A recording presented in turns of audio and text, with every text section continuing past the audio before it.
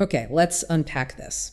There's an incredible story coming out of the FIFA Club World Cup. We're going deep into a football match that, well, it just rewrote expectations, left fans absolutely stunned. You see, this wasn't just any game. We're talking Saudi Arabia's Al Hilal, stunning Premier League giants Manchester City, 4-3, extra time, in the round of 16 FIFA Club World Cup 2025. In Orlando, Florida, of all places. Yeah, and the striking thing here, it wasn't just that it was a thriller, a 7-goal thriller, which it absolutely was. People were calling it the game of the tournament so far. But the history of it, I mean, this was the first time ever an Asian club has beaten a European side in an official FIFA tournament. That really challenges some, long-held assumptions about global club football. Right, that perceived gap. Exactly. The idea that the money and talent gap between Europe and elsewhere is just too big for a competitive match like this. This wasn't just like a lucky win. It felt like a tactical performance, maybe a validation of that big investment we've seen. That's a really powerful point. So for you listening, what does this all mean? We're going to break down the key moments, look at the standout players, discuss the strategies that made it happen, and then zoom out a bit. Understand what this result means for both City and Al Hilal, and, well, the bigger picture, Saudi football, the Club World Cup itself. So let's kick off. Manchester City, they actually took the lead pretty early, 9th minute, Bernardo Silva. Must have felt like, okay, business as usual for them. You think so, yeah. But that goal, it immediately sparked controversy. Al Hilal players were furious protesting. And the replays, they showed the ball seemed to brush Aït-Nouri's wrist, then maybe Gundogan's upper arm in the build-up. Okay. The ref, Jesus Valenzuela, he just waved it all away. He even confirmed the goal over the stadium PA system, which led to this almost 4-minute delay before they could even restart play. 8 core minutes. Yeah, and you have to wonder, right, how much did that early drama, that sense of injustice maybe, how much did that fuel Al Hilal? Yeah. Or did it throw City off? That's a great question. It certainly seemed to galvanize Al Hilal, didn't it? You felt that intensity shift. Maybe for City, a bit of, complacency, thinking they had weathered that early protest, only to get hit right at the start of the second half. Shows how much mentality matters at this level. Oh, definitely. So after that contentious start, what was Al Hilal's response coming out for the second half? Did they really come out firing? Absolutely. Firing is the right word. An explosive start. Marcos Leonardo gets the equalizer just 31 seconds after the restart. 41 seconds. Incredible. Yeah, it was a great move too. Malcom with a brilliant run. Cancelo crosses. Ederson makes a save, but it's blocked. And Leonardo's right there to head in the looping rebound. And they didn't stop there, did they? They took the lead soon after. Exactly. Just 6 minutes later, Malcom gets the goal this time. Released by another deep pass from Cancelo. Showed real composure. Slotted it past Ederson. So bang, bang. 2 goals in 6 minutes. Al Hilal are suddenly ahead. City looked completely shocked. The atmosphere must have been electric. Yeah, you can imagine. But City, they're City. They hit back quickly, right? Haaland. Yeah, you'd expect a response. Yeah. Erling Haaland equalized in the 55th minute, pounced on a Bernardo Silva corner, made it 2-2. It really felt like a game where you couldn't look away for a second, edge of your seat stuff. Definitely sounds like it. Oh, absolutely. Proper back and forth. You even had Haaland denied what looked like a late winner. 84th minute. Ali Lajami with this. Just desperate goal line clearance. Amazing defending. And that moment, that clearance sent the whole thing to extra time. Just shows how tight it was. Every single action mattered. And the drama just kept rolling in extra time, didn't it? Al Hilal ahead again. Yep. 4 minutes into extra time. Kalidou Koulibaly gets on the end of a Ruben Neves corner, heads it in, 3-2 Al Hilal. Unbelievable. But a City weren't done either. No, not at all. Phil Foden, he popped up with a significant equalizer in the 104th minute. And what a goal it was. Sublime first-time volley from a Rayan Cherky cross. And, a big moment for him, too. He's 100th goal for City. 100th goal in a game like this. Yeah.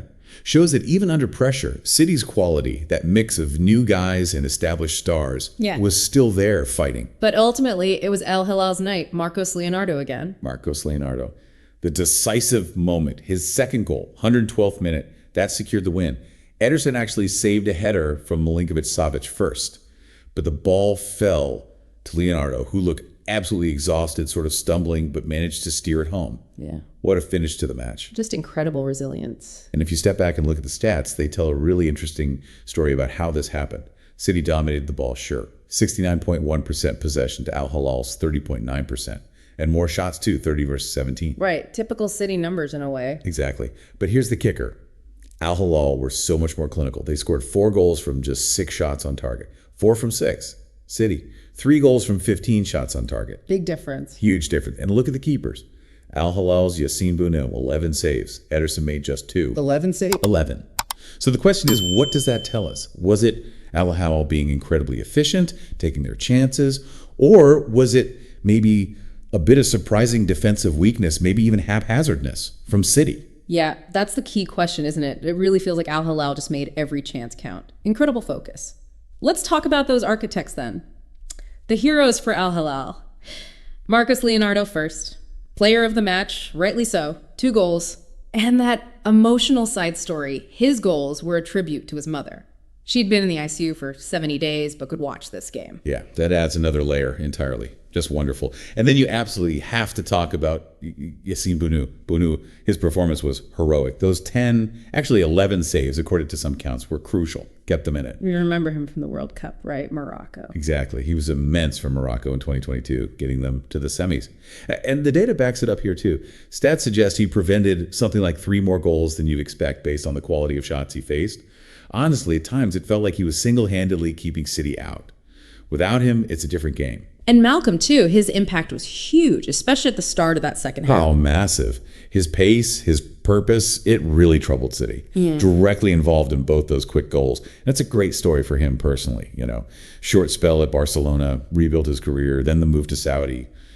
Performing on this stage is huge. And you've got the former Premier League guys playing key roles. Right. Kalidou Koulibaly, ex-Chelsea, scoring that vital goal, and Ruben Neves, ex-Wolves. Neves was interesting. He's a midfielder, but he played center back here because of injuries, and he still managed to get the assist for Koulibaly's goal from a corner. Shows their quality and versatility. It does. And they've both been open about, the reasons for moving to Saudi. Financial, yes, but also wanting to help build football there. A performance like this against City, it absolutely validates that second part, shows they can still compete at the very top. And Simone Inzaghi, the coach, took the job less than a month before this game. Yeah, talk about pressure. Especially coming off that tough 5-0 Champions League final loss with Inter. But his quote after the game was brilliant. He said, "We knew we had to climb Mount Everest without oxygen, and we were great." Sums it up perfectly. It really does. And they did this despite missing key players, too. That's another crucial point. They were without major attacking threats. Salem Al-Dosari, Alexander Mitrovic. Those two combined for something like 55 goals and 25 assists last season. Huge absences. So to pull off this win without them, it really underlines the depth, the resilience, the sheer determination of that squad. It wasn't just about a couple of stars. Incredible depth. Okay, let's flip the coin. Manchester City, what does this mean for them? Pep Guardiola's first ever loss at the Club World Cup. That's big. And apparently it doubled the number of goals his teams had ever conceded in this tournament across 11 previous matches. From 4 to 8 in one game. Yeah, quite the statistic. A real jolt for Pep and the team. And then there are the financial implications, though maybe less critical for a club like City. They missed out on about $13.7 million in prize money by not reaching the quarters.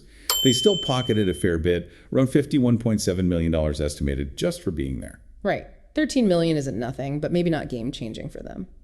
Probably not. And you even heard some talk, Erling Haaland's father mentioned it, that maybe the early exit is a kind of blessing in disguise. A blessing? How so? Well, the argument is it gives the players a longer break before the Premier League season kicks off again on August 16th. Less fixture congestion. I can see the logic for players, maybe. But for Pep, for the club aiming to win everything, is that really how they see it? Or just trying to find a positive spin? Yeah, that's a fair point. It's likely a bit of spin. Players might appreciate the rest, sure. But for Guardiola and the club hierarchy, winning trophies is everything. Missing out, especially in this fashion, always stings. It's definitely not the desired outcome. Makes sense. So let's zoom out again. Saudi Arabian football. This win feels huge for them, doesn't it? Oh, absolutely massive. It's seen as a really significant return on that huge investment. Billions spent growing the league, bringing in big names. Over 700 million just on players recently. And you got Cristiano Ronaldo, who went to Al Nassr about 2.5 years ago, boldly claiming the Saudi Pro League is already top 5 globally. That's a big claim. Does a win like this back that up? Well, it certainly gives it more weight than just words. It puts the focus squarely on the football, especially with Saudi Arabia hosting the 2034 World Cup. FIFA President Infantino defends that decision, saying it can spur social change despite criticism. But a win like this, on the pitch, against the European champions. It shifts the narrative. It shows the investment isn't just about profile. It's about building genuinely competitive teams capable of challenging the elite.